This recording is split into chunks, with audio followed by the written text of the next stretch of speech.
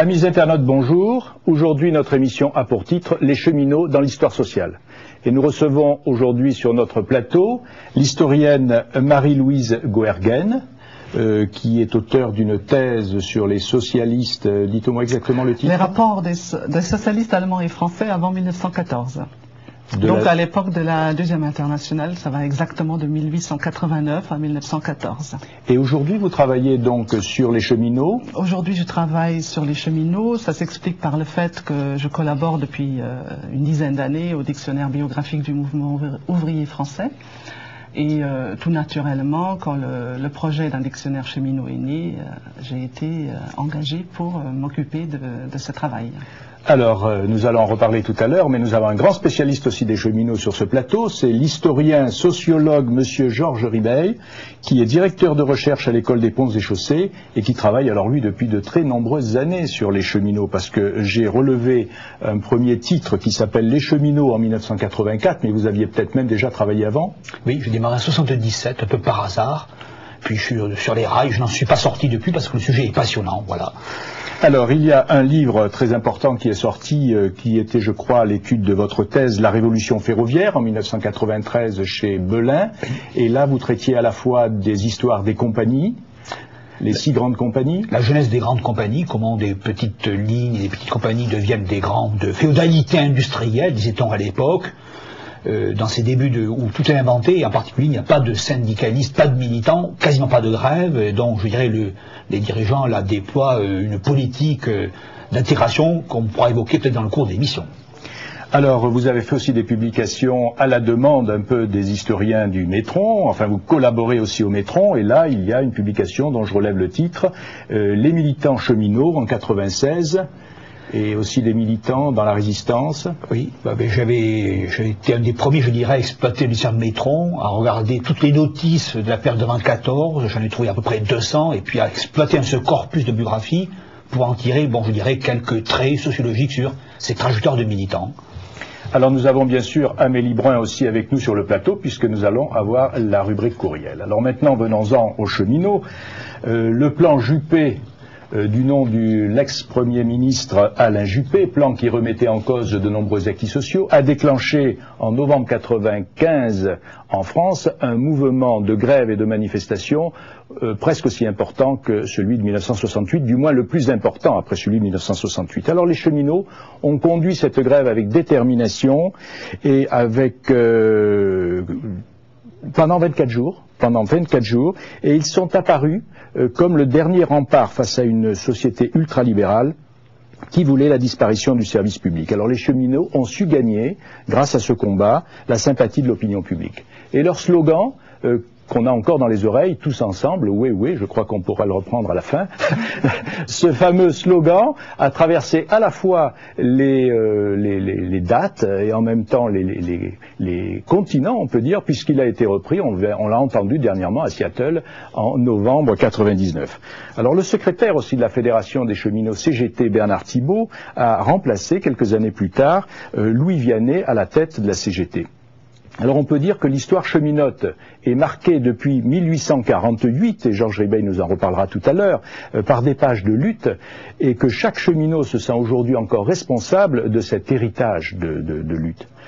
Et hier, le 3 mai de l'an 2000, se tenait dans la ville de Villeneuve-Saint-Georges, dont nous allons voir d'ailleurs quelques images tout de suite, se tenait donc dans cette ville mémoire des cheminots, au foyer Jean Cocteau, une table ronde qui réunissait à la fois des historiens et des syndicalistes. Alors parmi ces historiens, il y avait Claude Pentier, qui n'est pas là avec nous ce soir, mais qui est à la rue Malher pour animer un autre colloque concernant le Métron. Il y avait comme historien, bien sûr, Georges Ribeil. Il y avait bien sûr aussi Claude Pentier, voilà, que nous voyons, et de nombreux syndicalistes. Alors on va les voir passer sur l'écran. Peut-être que si vous en reconnaissez certains, celui-ci c'est monsieur Pierre Vincent. Pierre Vincent, oui, qui est un ancien dirigeant de la Fédération CGT des cheminots, qui actuellement s'occupe de l'Institut d'histoire sociale. Là on a vu Henri Génois, qui est un responsable, une grande figure de Villeneuve-Saint-Georges. actuellement. Le secrétaire général de l'AVJAC, donc parce qu'on a eu la chance d'avoir plusieurs syndicats à cette table ronde. Alors là, et l'actuel secrétaire du syndicat CGT des cheminots de Villeneuve. De quoi avez-vous parlé dans ce colloque? Il y a eu Georges Ribeil, je ne parlerai pas pour lui, mais il y a eu l'intervention de Pierre Vincent qui nous a parlé de la construction de l'identité cheminote, de la mémoire cheminote, qui est un thème essentiel. Il est revenu sur la grève de 1920 pour dire comment elle a été vécue postérieurement plutôt comme une victoire, alors qu'en réalité il s'agit plutôt d'un échec, pour nous raconter justement comment cette mémoire se construit et peut aussi évoluer au fil du temps, avec des périodes de tension, etc. Alors il y a eu de nombreux témoignages de syndicalistes qui étaient présents, et notamment un syndicaliste qui a ému un peu l'auditoire, qui s'appelle Henri Génois. Je ne me rappelle plus si c'est le matin ou l'après-midi, je ne me rappelle plus, mais enfin tout d'un coup, il y avait des gardiens en haut vers la pendule là, qui regardaient, et un qui descend et dit regardez ce qui arrive. Alors, il y avait devant, il y avait une rangée, enfin une rangée ou plusieurs de flics, de GMR, parce que c'était pas les CRS en ce moment-là, c'était les GMR. Derrière, il y avait les flics, flics. Et puis derrière, il y avait l'armée. Alors, ils avançaient, ça m'émeut un peu, ils avançaient dans les bois. Alors, on les voyait avancer. Et ce qu'il faut que je vous dise quand même, c'est qu'avant, on avait préparé deux machines qui étaient sous pression en permanence, sur lesquelles les gars du dépôt, ils avaient bricolé des trucs, ils avaient branché des tuyaux d'incendie, qu'on avait d'ailleurs essayé, c'était pas tellement facile, pour envoyer des jets de vapeur. Je me rappelle que les gars ils brûlaient les doigts, là, enfin bon. Et on avait branché ces deux machines, et puis en cas d'attaque. Alors, quand les responsables ils ont vu les flics qui arrivaient, ils nous rassemblent, ce qu'on s'est compté, mais c'est qu'on n'était plus bien nombreux. On dit qu'est-ce qu'on fait? On les arrose ou pas? Enfin, personnellement, moi, et puis ben d'autres comme moi, qu'on venait de faire la guerre, on venait de faire la campagne d'Allemagne, de tout ça, on était prêts à les arroser. Mais les plus sensés, les plus anciens, ils ont dit non, on va se faire massacrer.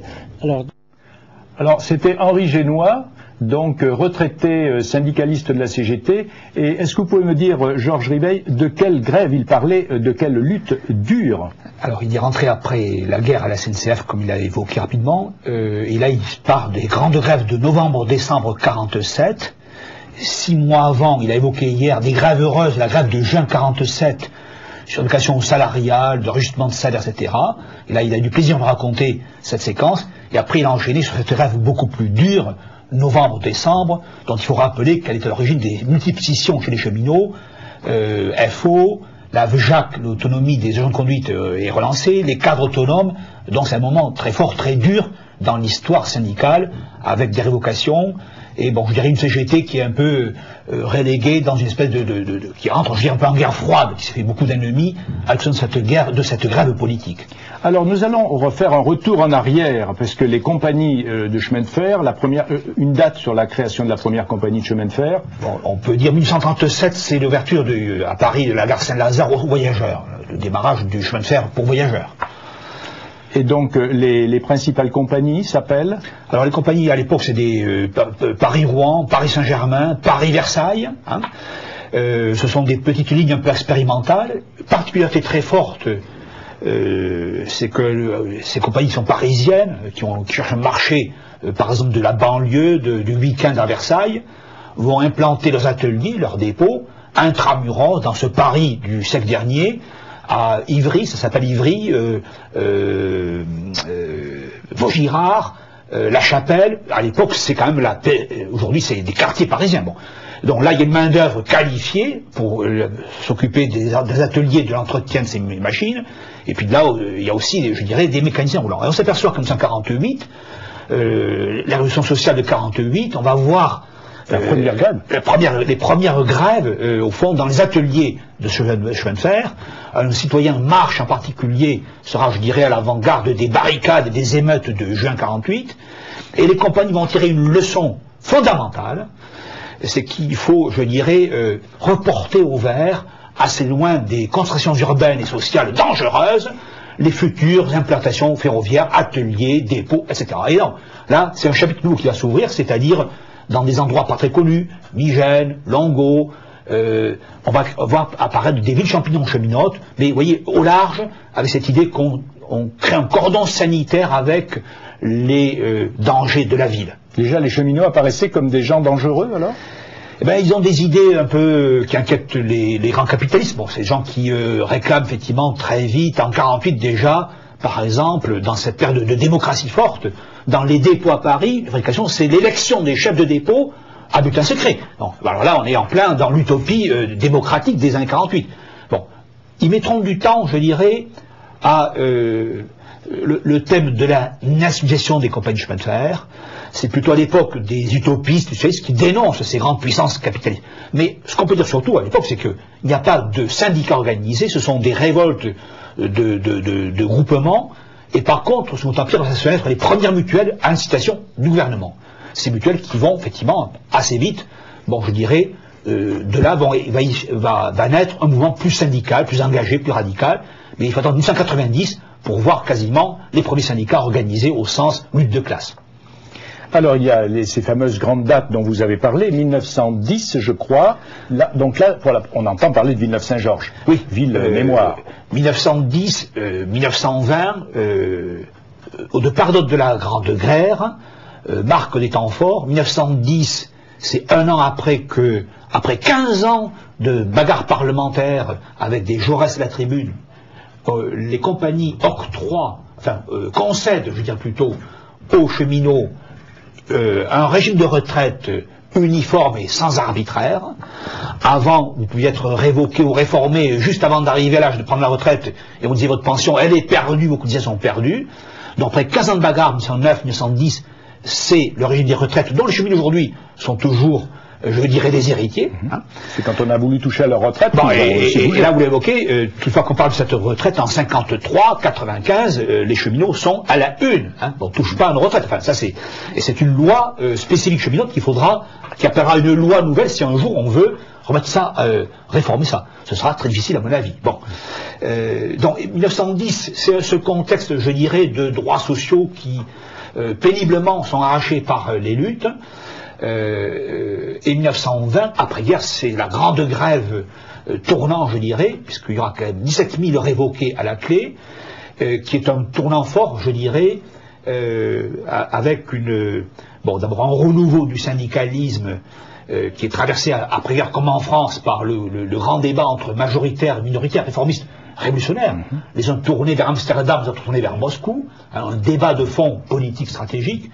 Il se trouve que les cheminots, à l'issue d'une grève qui démarrera à Villeneuve-Saint-Georges dans les ateliers en février 1920, vont conforter cette grève les minoritaires qui prennent le pouvoir fédéral en avril 1920.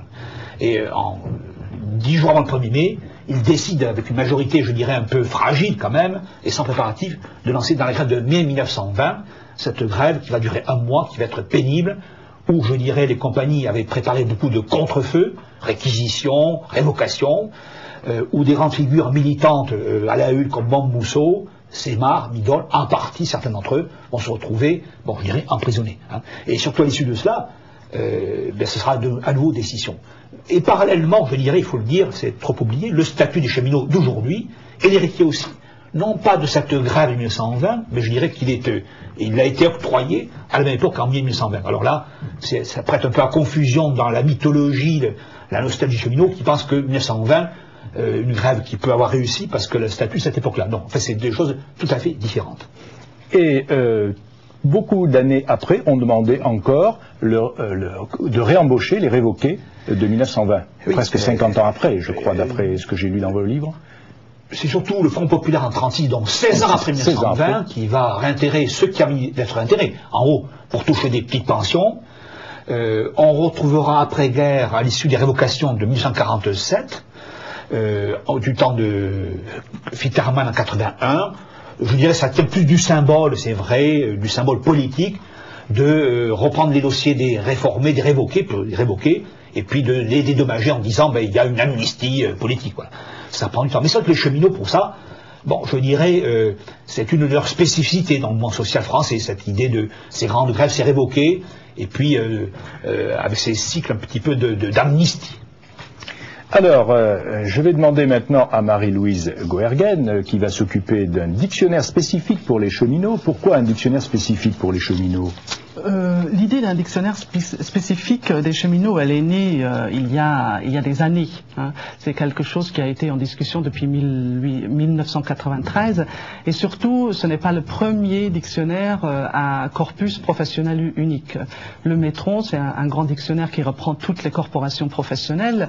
Là est née l'idée de faire un dictionnaire spécifiquement cheminot, étant donné l'importance de la corporation dans le mouvement ouvrier tout au long du 19e et du 20e siècle. Ce dictionnaire, il peut prendre une forme concrète parce que une convention a été passée avec le comité central d'entreprise de la SNCF qui finance le projet, parce que ce n'est que comme cela qu'on peut réussir à réaliser ce genre de projet. Alors il va y avoir bien sûr des grandes figures, on va en évoquer, on va donner quelques noms, là, puis après vous nous direz, puisque cette période va venir beaucoup plus récente, où s'arrête le dictionnaire pour l'instant du Métron, qui s'arrête à la Deuxième Guerre mondiale, qui va être prolongé jusqu'en 68. 82 même pour le dictionnaire cheminot. Et 82, oui, et pourquoi pas 95 ? Parce que pour les historiens, il y a toujours une petite hésitation à aborder un présent très très proche qui est encore parfois un présent assez douloureux. Donc il a été décidé en commun de se limiter à 1982. Et nous respectons les historiens dans cette émission. Mais c'était un débat quand même. C'est un débat contradictoire. C'était quand même un débat. Mais c'est un compromis. Alors. On va lancer le premier nom. Nous n'avons pas d'image sur ce militant, mais c'est un militant très important, Eugène Guérard. Oui, je crois que Eugène Guérard, aujourd'hui, il est un peu tombé dans les oubliettes de la mémoire cheminote. Néanmoins, c'est quand même lui qui, je dirais, un des tout premiers, à la tête de la chambre syndicale des ouvriers et employés qui s'affilie à CGT en 1995, va, je dirais, renforcer, consolider un syndicat national d'industrie, dirait-on à l'époque, et non pas une agrégation de syndicats de métier, parce qu'à l'époque, comme en 1900, les chambres syndicales, c'est les chapeliers de Ménilmontant. Bon, cette fragmentation, d'emblée, donc, ce syndicat est un syndicat d'industrie qui va fédérer, rassembler des métiers incroyablement différents, entre l'aristocratie cheminote des roulants, des gueules noires de la vapeur qui gagnent bien leur argent, opposé aux lampistes qui accrochent les lanternes rouges au wagon, en passant par l'homme d'équipe, le taupier qui répare la voie, les bureaucrates dans les bureaux. Mais ce monde d'ouvriers et d'employés, bon, je dirais qu'il réussit à fédérer leurs cahiers revendicatifs qui sont très, très différents sur toute la France, et il va gérer, je dirais assez habilement, à l'époque, la CGT bien tracé un grand débat, à l'époque, le versant, je dirais, révolutionnaire, qui ne pense que grève générale, action directe, par rapport à un versant réformiste qui dit, il y a un parti ouvrier français avec Jules Guesde, faisons alliance et comptons sur les parlementaires pour nous voilà. Et Guérard, je dirais, il a une ligne, je dirais, avant tout, c'est quelqu'un pédagogue, un homme de dossier qui forme ses militants à ces enjeux de fond, avec un effort pédagogique fondamental, mais reléguant au second plan ses options personnelles, je dirais en premier, et donc gérant entre deux ailes une position centriste. Ce qui fait que vous l'avez connu vous-même non, c'est impensable. Guérard. Est-ce qu'il est mort en 31? Oui, mais moi je suis quand même à l'époque. Je l'ai côtoyé dans les écrits. Ah bon, dans les écrits, parce que vous m'aviez dit que vous l'aviez connu, je m'étonnais, mort en 1931. C'est quelqu'un qui va se faire éliminer en 1909, bon, je dirais, parce que le conventionnaire a repris un peu le dessus. Dans un congrès, donc, il est, je dirais, mis à la retraite. Mais je crois qu'il faut se rappeler qu'en 1909, 35% des cheminots en France sont syndiqués. Bon, aujourd'hui, il y a de quoi attirer les jalousies. On est loin de ce taux-là à la SNCF aujourd'hui. Bon, donc... Alors, je vous donne un autre nom, Pierre Sémar. Est-ce que vous l'avez connu? Ah non, je n'ai pas connu ces gens-là. Pierre Sémar, le malheureux, qui a été victime des bourreaux allemands pendant la Deuxième Guerre mondiale, hein, donc qui est devenu, c'est vrai, une grande figure emblématique. Dont on a des noms sur beaucoup de voilà, rues. dans les quartiers des gares, à partir de la Libération, je dirais que c'était classique dès qu'il y a une municipalité de gauche de consacrer un nom de rue à Sémar. C'est vrai que c'est un nom fréquent, lui, de martyr. Alors lui a fait partie des 18 000 révoqués, où il a défendu les 18 000 révoqués en 1920. Sémar en 1920 est encore un jeune militant pas très connu, il vient de Valence, du réseau Sud-Est, comme idole. Bon, je pense que Sémar c'est quelqu'un, plutôt un homme de dossier, inversement à un Montmousseau, hein, c'est quelqu'un d'un homme de dossier, et qui va très vite grimper, puisque au fond, il y a un jour même il est convoqué avec Montmousseau par Lénine à Moscou, qui lui propose le marché suivant, en gros pour simplifier. Ben, les communistes en France, ce sont des fonctionnaires instituteurs, et on est loin de la classe ouvrière. Vous, les cheminots, en gros, vous êtes entre les deux. Vous êtes un peu fonctionnaire sur les bords avec votre statut, vous êtes un peu ouvrier par votre métier, et donc il y a un marché, et donc Sémar va se retrouver ainsi, c'est vrai, je dirais, porté dans une carrière politique qui l'amène en 24, je crois, ou 25 ou 26, secrétaire général du PCF. Avant de connaître, bon, d'avoir même, je dirais, tombé sur la touche. Mais enfin, il a été un militant syndicaliste monté au poste numéro 1 du PCF. Alors peut-être que vous allez pouvoir nous parler de Gaston Montmousseau. Gaston Montmousseau, on en a déjà parlé indirectement parce que c'est le militant qu'on associe à la grève de 1920 qui vient de l'anarchisme, qui est fortement attaché au syndicalisme révolutionnaire et qui fait partie des minoritaires qui font basculer la fédération des cheminots dans un sens révolutionnaire et qui fait donc partie des grands leaders de 1920. C'est après, en 1925-1926, qu'il choisit de s'attacher au Parti communiste et qu'il fait une carrière essentiellement comme responsable du Parti communiste.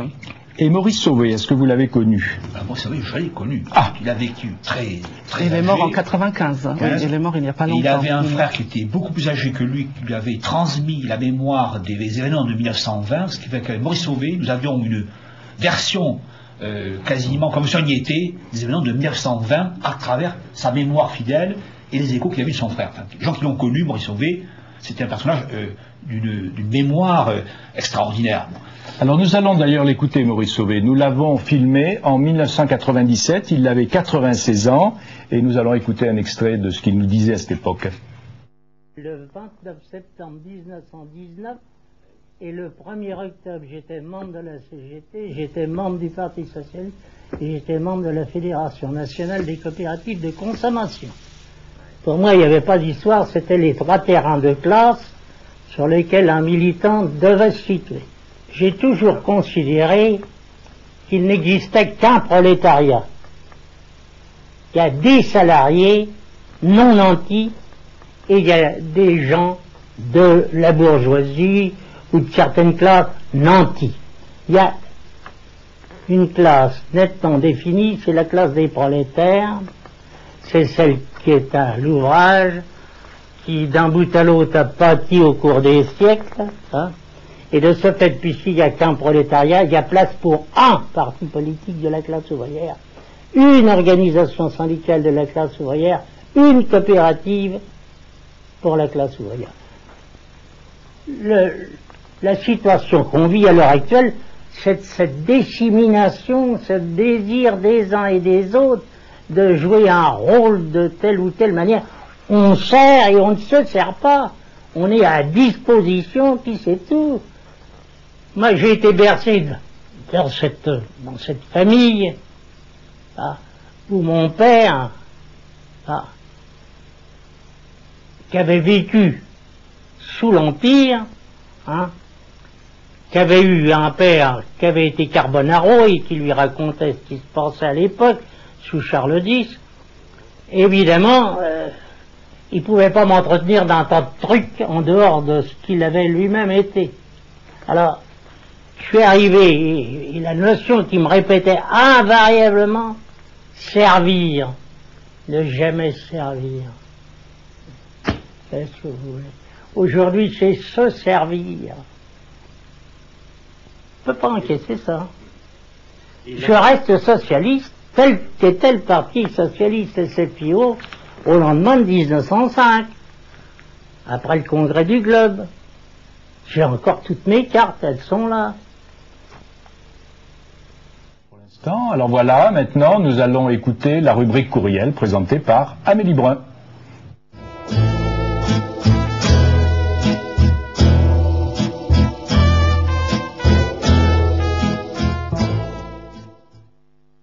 Bonjour, alors l'Association pour l'histoire des chemins de fer en France organise son 8e colloque les 21 et 22 juin 2000 à l'Assemblée nationale sur une entreprise publique dans la guerre, la SNCF 1939-1945. Donc ce colloque sera placé sous le haut patronage de Jean-Claude Guessot, ministre de l'Équipement, des Transports et du Logement, et de Jean-Pierre Masseret, secrétaire d'État à la Défense chargé des anciens combattants. Donc René Raymond, professeur émérite à l'Université de Paris 10 et membre de l'Académie française, présidera ce colloque. Donc la SNCF, entreprise publique créée en 1938, a été immédiatement confrontée à la guerre, à l'occupation et au combat de la libération. Et son histoire reste tout de même un champ très ouvert à la recherche, notamment parce que durant la guerre, les transports sont rares et ils sont donc stratégiques. Leur importance grandit sans cesse. Voilà. Donc ce colloque a pour mission à la fois d'exposer les acquis et la problématique de la recherche historique, mais aussi de poursuivre le débat scientifique sur le sujet. Il y aura également des comparaisons qui seront faites avec les autres entreprises, les autres administrations françaises et les réseaux ferrés étrangers. Réseau ferroviaire étranger. Voilà. Donc seront aussi abordés les thèmes comme les déportations de cheminots, la résistance des cheminots, les mouvements sociaux pendant cette période, et puis la reconstruction du réseau ferroviaire à la libération. Mais également, il faut savoir que en 1940, il y avait à peu près 450 000 cheminots. C'était vraiment une véritable société. Donc on parlera aussi de tout cela. Donc les différentes communications exposeront à la fois les recherches récentes mais aussi celles en cours et permettront un bilan critique à la fois sur les travaux et sur les sources existants sur la SNCF pendant cette période, à savoir toute la Deuxième Guerre mondiale. Donc Georges Ribel, vous appartenez au comité de programme. Pourquoi la SNCF a-t-elle décidé de faire ce colloque? Alors ce colloque a une histoire un peu particulière, je dirais un peu politique entre guillemets, puisque depuis quelques années, la SNCF a été, je dirais, prise dans le collimateur de fils de déportés juifs, donc qui, dans leur recherche d'archives documentaires, sont arrivés à prétendre, je dirais, pouvoir accuser la SNCF de collaboration pour crimes contre l'humanité, pour le fait d'avoir donc transporté, et on mélange un petit peu tout ça, bon, je dirais à la fois, je dirais, des prisonniers politiques ou juifs transférés d'un camp à l'autre en France, en général, de la zone non occupée vers la zone occupée, vers le Bourget, Drancy ou Compiègne, et puis deuxième temps, les déportations proprement dites vers les camps d'extermination pour les prisonniers raciaux ou politiques, pour d'autres camps de travail. Alors, l'idée du président gallois, c'est de dire, ça suffit maintenant que, je dirais que la SNCF avait cette image de peu de grande muette, qui faisait le dos rond, qui encaissait les coups, et le président gallois a dit, on va faire un colloque consacré à cela, en ouvrant les archives, enfin, occasion, je dirais, d'essayer d'ouvrir les archives, de les retrouver, parce que beaucoup de choses sont disparues. Alors nous invitons bien sûr beaucoup de monde à ce colloque. Vous aurez les informations dans le book concernant à la fois les dates, les adresses. Je cite simplement un film sur les grèves de 95 assez important qui s'appelle Parole de grève, un documentaire de Sabrina Malek et Arnaud Soulier, un documentaire de 96 qui a été diffusé sur Arte. La prochaine émission s'appellera le site internet Métron. Donc nous recevrons Evelyne Lejeune, Amélie Brun et Karine Bertrand qui vont nous parler de tout ça. Delphine Blondel aussi, très bien. Alors donc merci Marie-Louise Guergen, merci Georges Ribey, je renvoie à vos livres, tous les internautes. Merci à Dominique, Françoise, merci à l'équipe de Canal Web. Ciao, ciao les internautes.